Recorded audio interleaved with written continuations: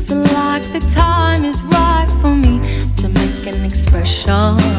Oh, I love you, I need you, I don't want to leave you guessing. So, will you be my friend? Will you stand by me till the end?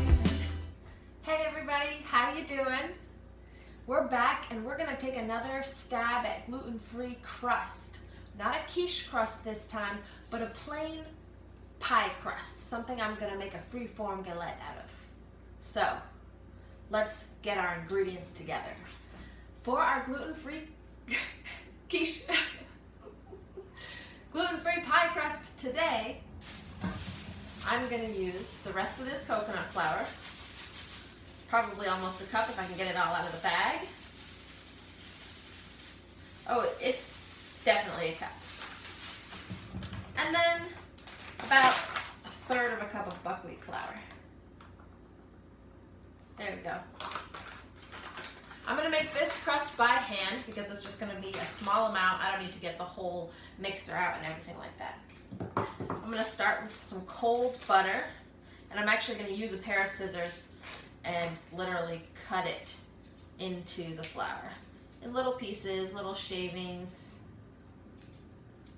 You can get some big ones. We're going to work it with our hands too, but the smaller you go, the less you have to work it. And the warmer your hands are, the faster you have to go. So it's a warm day right now, but my butter's cold. Whoops. Oh no, it got in there. So I started with the end of a stick that was in use,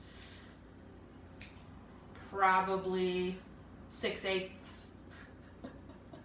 of a stick of butter.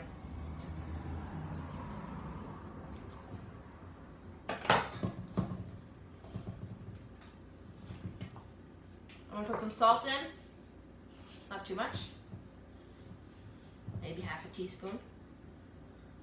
And I'm just gonna break up these chunks of butter with my fingertips, like this, until you've got a crumb with pieces of butter about the size of peas.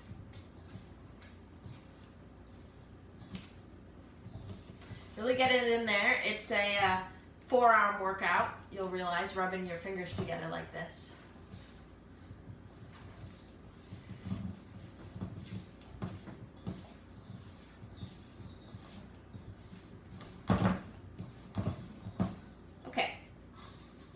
Mine out. It's crumbly. It's kind of bright. And drizzling in some ice water. I'm going to continue using my hands just to bring the dough together.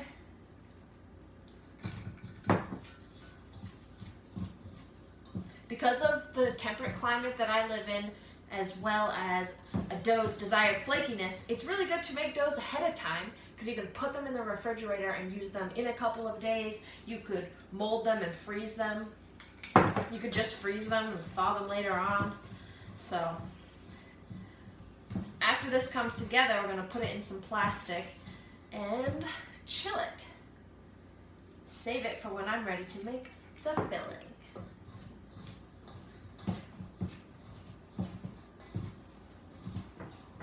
Almost there.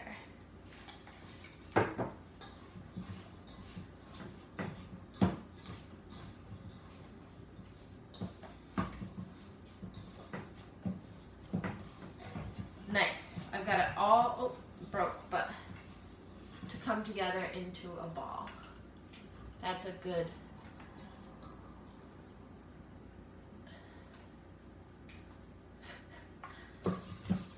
All to come together into a ball. It's a great consistency, moist but not sticky, and there are still some chunks of butter, so I'm going to wrap it up, put it in the fridge.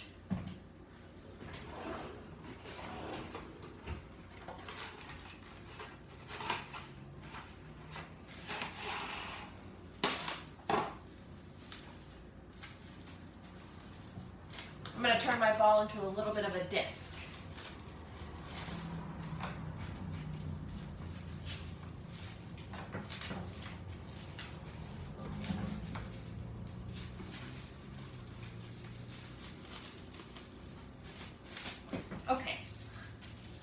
There we go.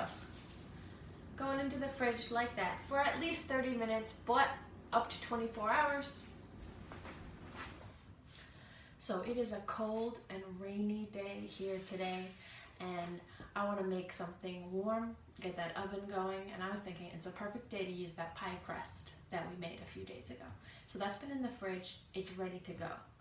I have a couple other things on hand, and I thought that this would make a really good savory pie. I've got the inside of a baked spaghetti squash, and I've got 1 apple and a little bit of savory jam. So I'm thinking I'll do a layer of all 3 of those things with a little bit of spices on this, spices on that, and make a nice, really warm, round, savory galette, like a free-form rustic pie. It's gonna be delicious. So to start our filling, I'm warming up a pan, and I have 1 apple that I peeled all the skin off of and sliced up into little slices.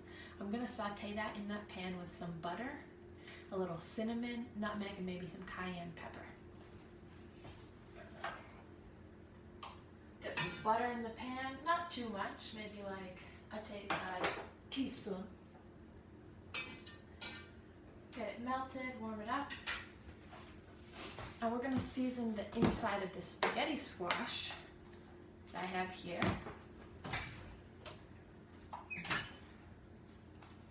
With some olive oil, herb de Provence, and salt. Start with the salt. A few generous pinches, some olive oil,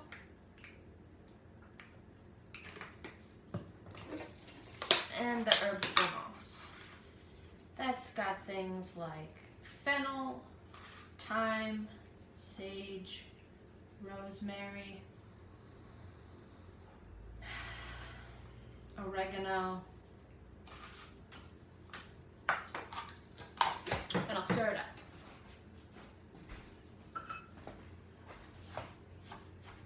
Work all the flavors around in there.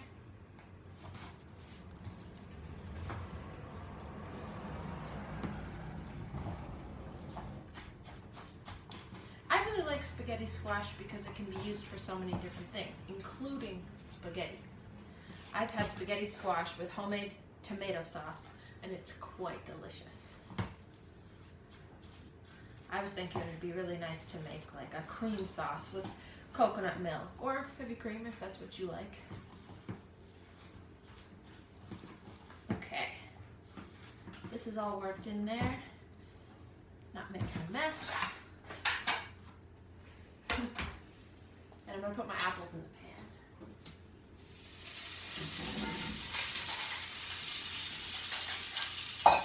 Try and spread them out so everyone gets brown.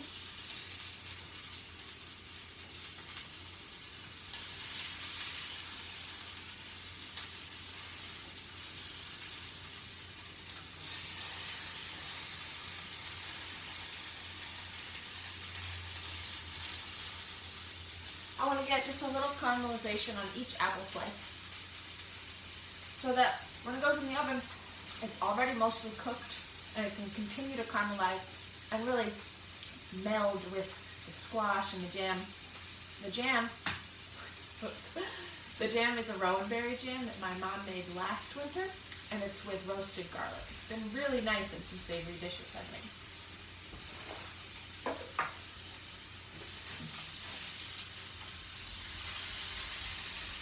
You just have to be patient with the apples. They will brown, but all I want to do is play with them, and that's not going to help them get on their way to a nice caramelized color. I think we could roll out our dough now, though.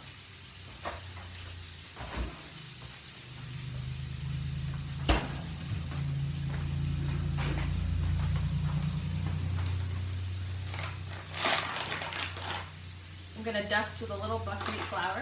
This is gluten-free crust, remember? So it's coconut flour and buckwheat flour.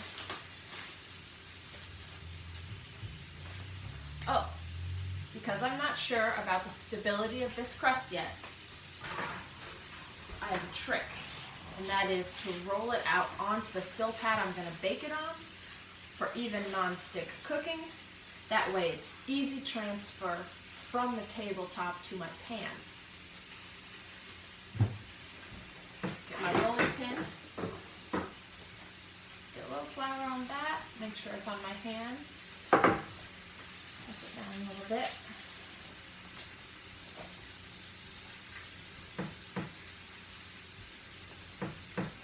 See, we are crumbling apart a little bit already. Might be because it's just out of the fridge and it's very, very cold. It might be too dry. Let's see. I have to rotate now. Make sure you can see what's going on. It's crumbly. And that's why I think the silk hat is such a good idea. Can you imagine if I just rolled it out onto the table and then had to pick it up in a bunch of different pieces? No, I think this will be okay. I just have to manipulate it with my hands into the shape that I want it, and then be able to fold it over onto itself all around the filling. Don't want to roll it out too thin, but you also don't want too much crust to have to cut through or bite through. Well, it's always an experiment in this kitchen, so let's see how it works out.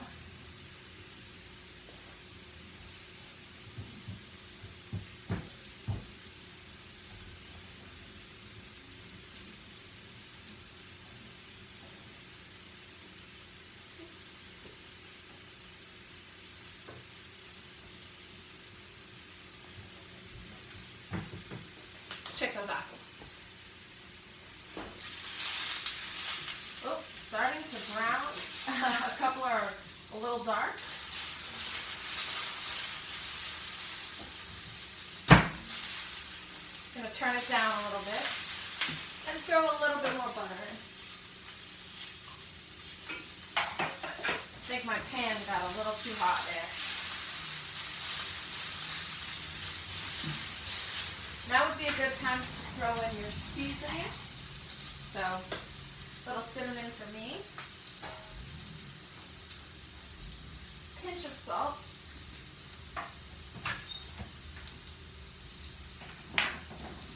And a little cayenne pepper. Just a little bit. And nutmeg. Where is that?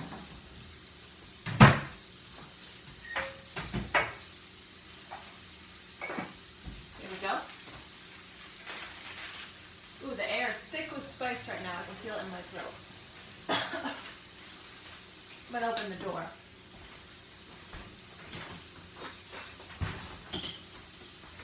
It's cold outside, but it's getting smoky in here.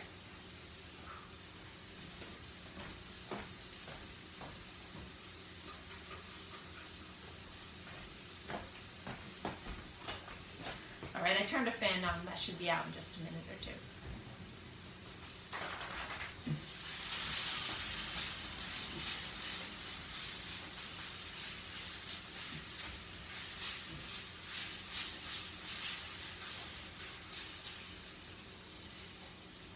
A few of my apples got a little burnt, but I think it'll be okay. So I'm going to start and put my jam down. A good tablespoon.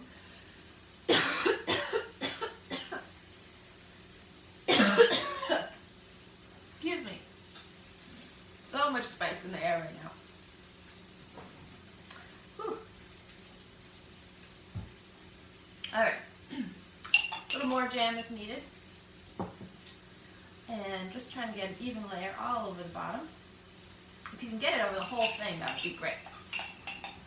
Probably going to use the rest of this, which is about 2.5 heaping tablespoons. And just get it as far out to the edge as you can, kind of like pasta sauce, pizza sauce or something.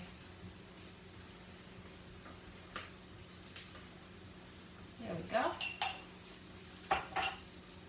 And then I'm going to use my hands and get this spaghetti squash all over.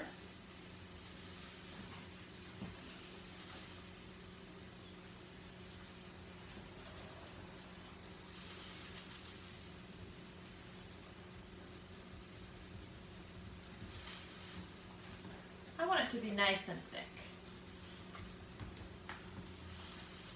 But I will have a little spaghetti squash left over. That looks pretty good.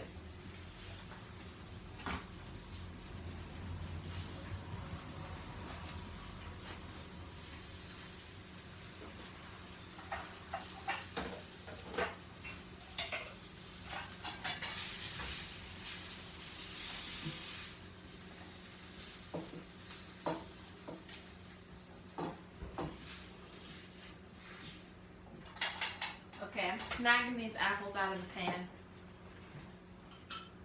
And they're really hot, but they're nice and brown. And I'm gonna arrange them on my pie. Savory pies could be decorative too.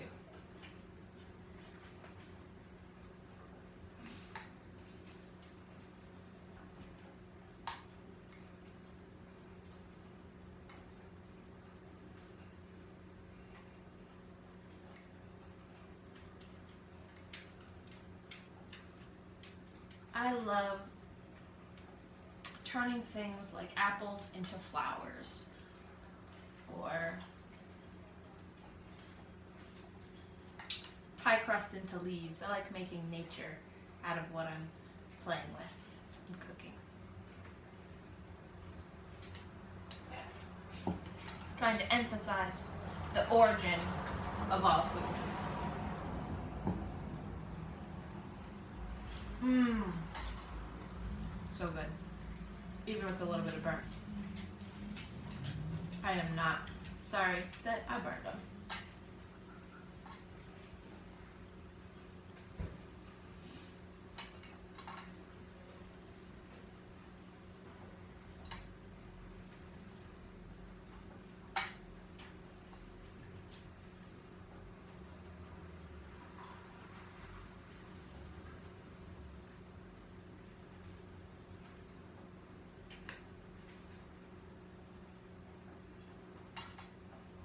Ooh, it's cold with that door open.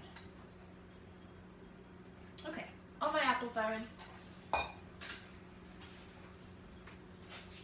And I'm going to carefully fold up this crust like this. Oh, it doesn't seem to want to go. It's okay. We improvise.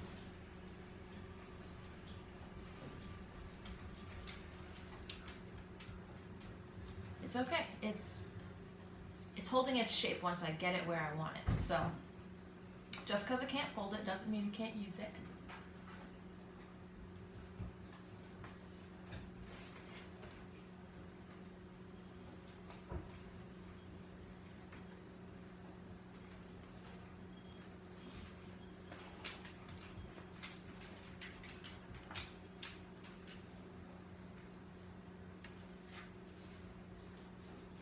Oh boy. Okay.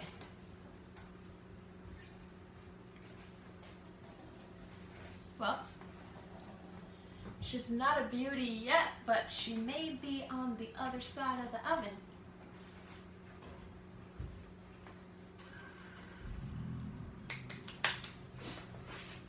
I'm gonna drizzle a little olive oil on top of the whole thing.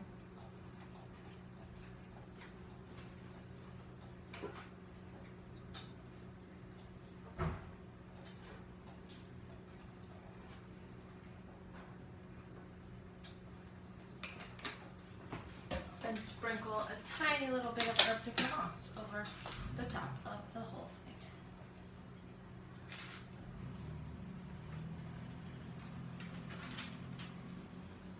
Okay, this is going into a 350 degree oven, probably for a half an hour, but I'll check it after 20 minutes. This is handy.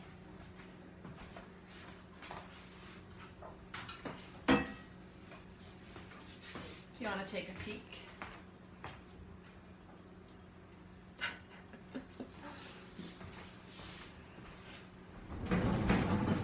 And into the oven we go.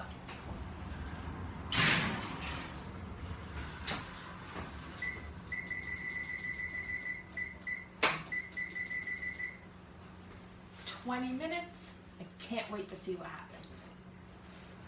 So I checked our savory galette after 20 minutes and it still needed a lot of time. So in 10-minute increments, I added an additional 30 minutes. So this guy cooked for 50 minutes.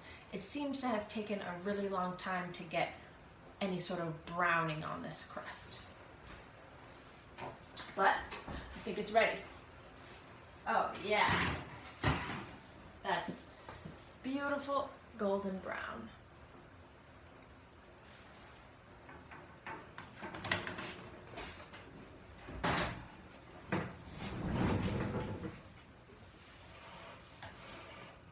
All right, I'm gonna let this cool for a little while. Well, let's see if we can reverse this silpat trick. Take it out of the pan. Whew, hot.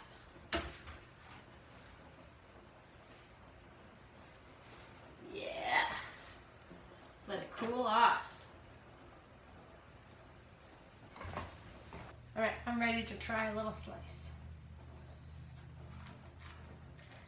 Gotta be very, very careful cutting on your silpat here. That's not a very good idea, but there you go. Nice and hot. Dropped a little bit of crust here on the bottom. Didn't all stay on the bottom.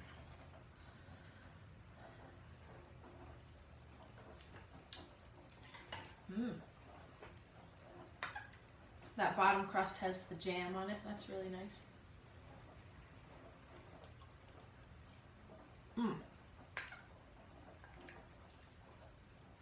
That's delicious and very hot.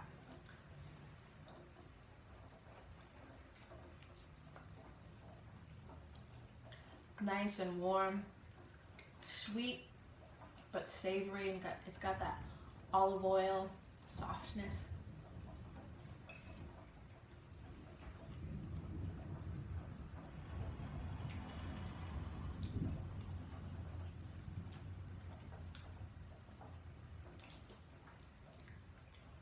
Well, that was really good.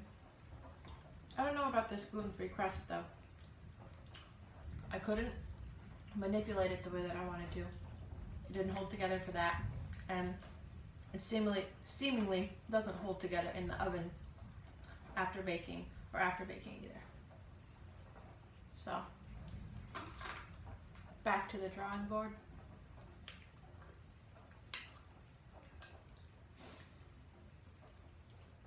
Cheers. See you next time.